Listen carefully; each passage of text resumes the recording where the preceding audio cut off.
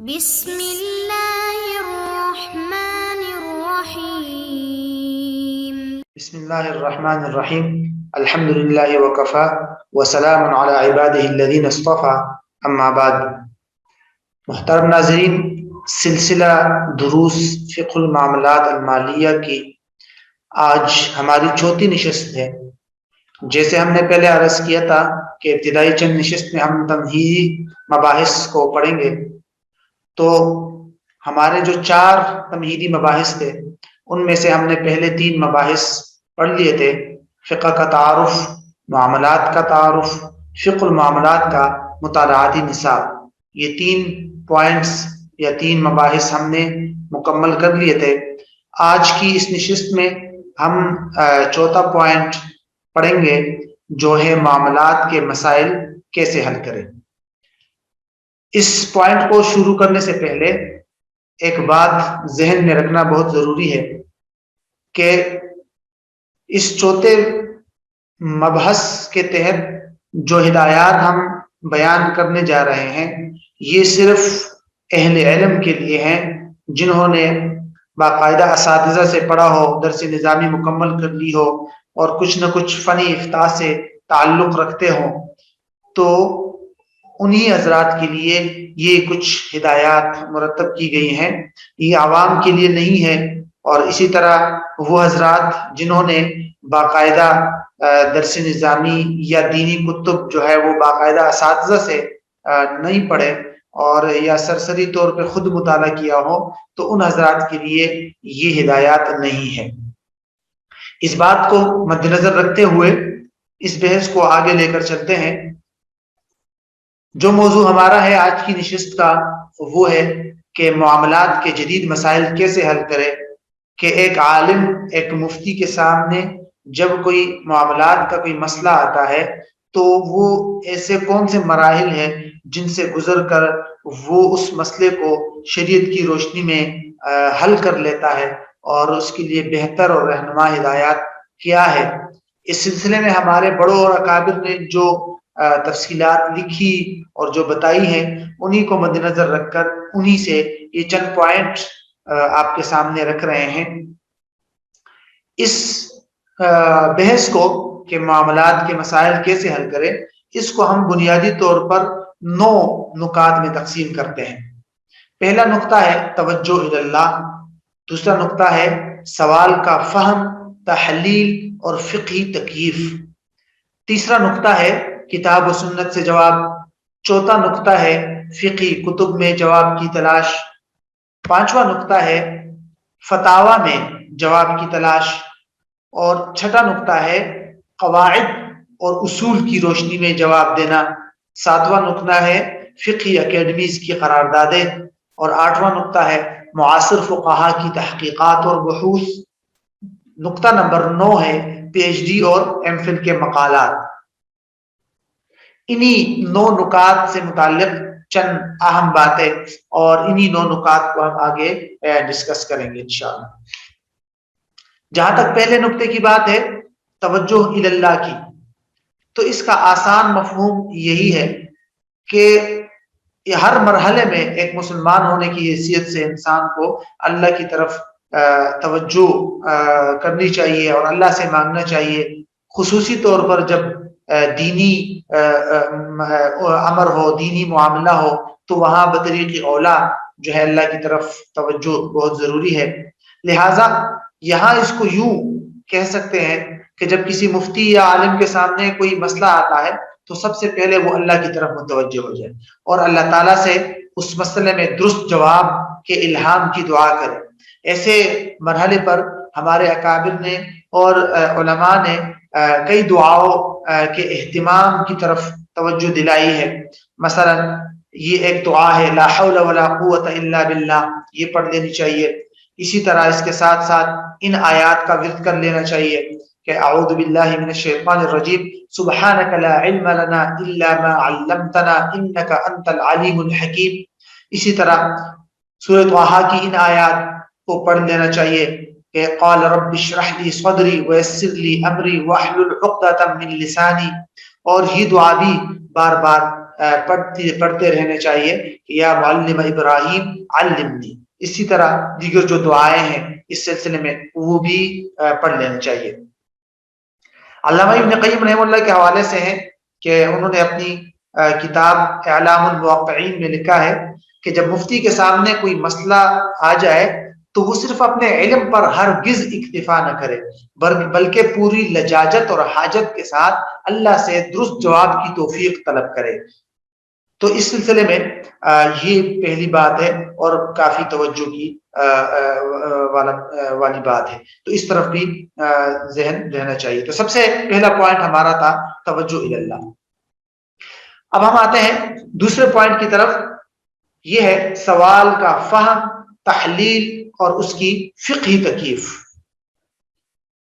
آسان الفاظ میں آپ اس کو یوں کہہ سکتے ہیں کہ جواب دینے سے پہلے سوال کو اچھی طرح سمجھ لینا چاہیے، سوال کو مختلف نکات میں تجزیہ اور اس کی تحلیل کر لینی چاہیے، اور اس سوال کے اندر جو بنیادی نقطہ پوچھا گیا ہے وہ معلوم کر کے اس کی فقہی حیثیت معلوم کر دینی چاہیے. سوال کو اگر اچھی طرح نہ سمجھا جائے تو جواب میں بھی عمومی طور پر غلطی ہو جاتی ہے. یہی وجہ ہے کہ علماء کے ہاں ایک ضابطہ ملتا ہے کہ الحکم علی الشیء فرع عن تصورہ، یعنی کسی بھی چیز پر جب حکم لگتا ہے تو یہ اس بات کی فرع ہے کہ پہلے اس چیز کا تصور کیا جائے، پہلے اس چیز کو صحیح طرح سے سمجھا جائے، اس کے بعد جا کے کہیں اس پر کوئی حکم لگتا ہے. اگر سوال کو اچھی طرح نہ سمجھا جائے تو اس کے نتیجے میں عمومی طور پر جواب میں غلطی ہو ہی جاتی ہے. تو سوال کے فہم کے لیے اور اسی طرح اس کی تحلیل اور فقہی تکیف وغیرہ کے لیے اس نقطے کو سمجھنے کے لیے آپ یوں کہہ سکتے ہیں کہ اس کو ہم ذرا الگ الگ دیکھ لیتے ہیں. سوال کے سمجھنے کے لیے سب سے پہلی چیز جو ضروری ہوتی ہے وہ ہوتی ہے معلومات. یعنی اگر کسی مفتی سے کوئی مسئلہ پوچھا گیا ہے، اس مسئلے کا تعلق کس فن کے ساتھ ہے، اس سے متعلق جتنی بھی معلومات ہو سکے وہ ساری معلومات اکٹھی کر لینی چاہیے. اس سلسلے میں انٹرنیٹ سے استفادہ کرنا ہو ان سے کر لینا چاہیے. اس کے علاوہ جتنا ممکن ہو اپنی طرف سے جتنے معلومات اس کے لیے حاصل ہو سکتے ہیں وہ معلومات حاصل کر لینی چاہیے تاکہ سوال کی مکمل حقیقت سامنے آ جائے. اگر اس سوال میں جس صورت کا تذکرہ ہے اس کی کئی ذیلی صورتیں یا اقسام بنتی ہے ان کو بھی دیکھ لینا چاہیے. اس سوال کے اندر جس پوائنٹ کو بتایا گیا ہے، پوچھا گیا ہے، اس کی تاریخ اور اس کے اسباب پر نظر دوڑا دینی چاہیے. موجودہ زمانے میں اس سوال کے اندر جو موضوع ہے اس کی اہمیت اور ضرورت اور حاجت کو بھی مد نظر رکھنا چاہیے، کیونکہ ان چیزوں کا جواب کے ساتھ بڑا اہم تعلق ہوتا ہے. تو یہ سب سے پہلا اور اہم پوائنٹ ہے سوال کے سمجھنے کے لیے، جس کو آپ معلومات کہہ سکتے ہیں. دوسرا جو بنیادی پوائنٹ ہے وہ ہے ماہرین سے رابطہ. یعنی سوال میں جس صورت یا معاملے کے بارے میں پوچھا گیا ہے اس سے متعلق صرف ذاتی معلومات پر ہرگز اکتفا نہیں کرنا چاہیے، بلکہ اس سوال سے متعلق جو ماہرین ہیں اور اس فن کے ماہرین سے باقاعدہ رابطہ کر کے ان سے ملاقات کر کے ان سے معلومات لینی چاہیے، ان سے مشورہ کر لینا چاہیے. بلکہ ماہرین سے ملاقات سے پہلے اس سوال کے اندر جتنے بھی فقہی طور پر شرعی طور پر نکات آتے ہیں ان کو مرتب کر کے ان سے ملاقات کر کے ان نکات کو سمجھ لینا بہت ضروری ہوتا ہے. مثال کے طور پر اگر کسی مسئلے کا تعلق اقتصادیات اور معیشت کے ساتھ ہے تو ماہرین اقتصاد سے باقاعدہ رابطہ کر کے ان سے پوچھا جائے کہ عالمی طور پر اس کی صحیح صورتحال کیا ہے اور اس کی مکمل تفصیل کیا ہے. اگر کسی مسئلے کا تعلق طب کے ساتھ ہے تو اس کو میڈیکل کے ماہرین ڈاکٹرز اور اطباء سے اس کی معلومات لینی چاہیے. فلکیات سے کسی مسئلے کا تعلق ہے تو خود سے بھی معلومات اکٹھی کر کے ماہرین فلکیات سے مشورہ لینا چاہیے. تو یہ ہے بنیادی طور پر ایک ضروری بات کہ سوال کے فہم اور تحلیل کے لیے. تیسری بات کی طرف اب آتے ہیں. سوال سے متعلق مکمل طور پر معلومات لینے کے بعد، سوال کو اچھی طرح سمجھ لینے کے بعد پھر اب اگلا مرحلہ آتا ہے سوال کا تحلیل، سوال کی تحلیل اور سوال کا تجزیہ. یعنی کبھی ایسا ہوتا ہے کہ ایک ہی سوال ہوتا ہے لیکن فقہی اعتبار سے اس سوال میں کئی قسم کے حل طلب امور ہوتے ہیں، تو ایک مفتی کو چاہیے کہ سوال کے اندر غور کرے اور اس سوال میں اگر ایک سے زیادہ مسائل پنہا ہے تو ان کو الگ الگ کر کے اور پھر ان کو الگ الگ بھی دیکھ لینا چاہیے، پھر ان کے مجموعے کو بھی دیکھ لینا چاہیے. اسی کو کہتے ہیں تحلیل اور تجزیہ. سوال کرنے والے عمومی طور پر عوام ہوتے ہیں تو ان کو صحیح طریقے سے سمجھ نہیں آتی، تو ضروری ہوتا ہے کہ انہوں نے ایک سوال میں اگر 5-6 نکات کو جمع کیا ہے تو ان نکات کو الگ الگ سمجھ کر ان کو سمجھانا چاہیے. ایک مثال ہمیں دیکھ لینی چاہیے. جیسے آج کل ایک صورت اسلامک بینکنگ میں رائج ہے، مرابحہ للآمر بالشراء، آرڈر ٹو پرچیز مرابحہ ٹو پرچیز آرڈر. تو مرابحہ للآمر بالشراء سے متعلق اگر سوال آ جائے تو ڈائریکٹ اس کو جواب نہیں دینا چاہیے. اس کے وہ جن مراحل پر جن الگ الگ باتوں پر مشتمل ہے، مثلا کسٹمر اور بینک کے درمیان ہونے والا وعدہ، اس کی کیا حیثیت ہے، الگ بات ہے. پھر اس کے بعد بینک اس چیز کو خرید کر اپنے قبضے میں رکھے گا یا نہیں رکھے گا، زمان کے کیا مسئلہ ہے، اس کو الگ دیکھے گا.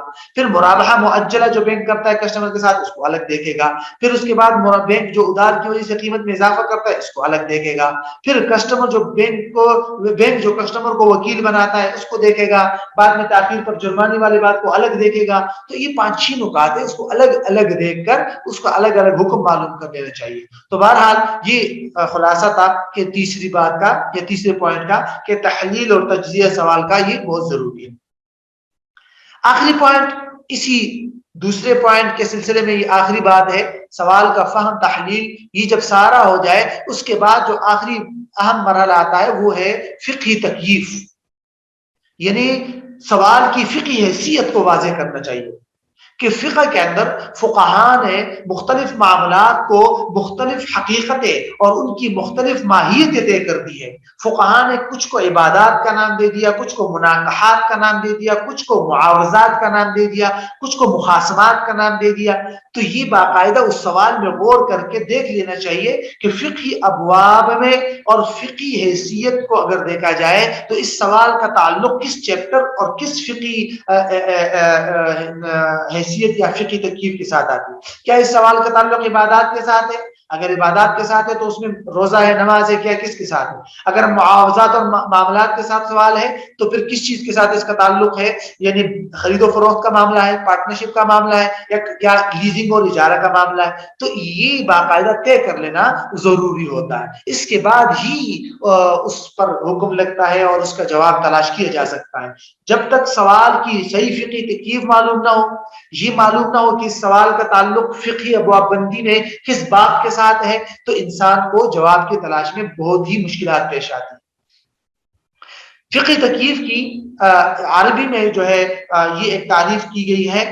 شیخ دکتور عثمان شبیر نے اپنی کتاب التکییف الفقہی میں یہ ایک تعریف کی ہے کہ اعطاء الوصف الفقہی للتصرفات محل البحث ويكون ذلك بالنظر الى حقيقتها ومجانستها لما يماثلها من التصرفات التي منحت اوصافا فقهية. یعنی فقہی تکییف کا کیا مطلب ہے؟ محل بحث کوئی معاملہ ہو، اس کو فقہی صفت دینے کا نام ہے. اور یہ اسی وقت ممکن ہے کہ جب آپ اس معاملے کو کی حقیقت کو دیکھیں، اس کی حقیقت کو دیکھنے کے بعد اس کی ہم جنس اور ہم مثل تصرفات اور معاملات کو دیکھیں فقہ کے اندر، اور پھر ان کو وہی فقہی اوصاف آپ دے دیں. یعنی آسان الفاظ میں آپ اس سوال کے اندر جو معاملہ محل بحث ہے اس میں غور و فکر کر کے پھر فقہ کے اندر جو تفصیلات بتائی گئی ہیں اس کو اسی سوال پر فٹ کرے، اس پر منطبق کرے، تو آپ کو اس کی فقہی حیثیت معلوم ہو جائے گی. تو یہ ہے ہمارے پاس دوسرا بنیادی جو ہے نقطہ تھا ہمارا مکمل کہ سوال کا فہم، معاملات کے مسائل کیسے حل کرے. اس سلسلے میں جو دوسرا نقطہ تھا وہ ہے سوال کا فہم، پھر اس کی تحلیل اور اس کی فقہی حیثیت. تو یہ بڑا اہم مرحلہ ہوتا ہے، اس کو بھی دیکھنا بہت ضروری ہوتا ہے. اس کے بعد اس کے بعد پھر اگلا مرحلہ آتا ہے جواب کا، کہ اب تک سوال کو سمجھ لیا گیا، سوال کو اچھی طرح سمجھ لینے کے بعد اس کی فقہی حیثیت بھی معلوم ہو گئی. اس کے بعد پھر مرحلہ آتا ہے جواب کا. تو جواب کے اندر جتنی تفصیلات ہے اس کو ہم ذرا الگ نشست کے اندر نمبر 3 سے نمبر 9 تک، چونکہ تمام تفصیلات جواب کے سلسلے میں، اس کو ہم اگلی نشست کے اندر انشاءاللہ بیان کریں.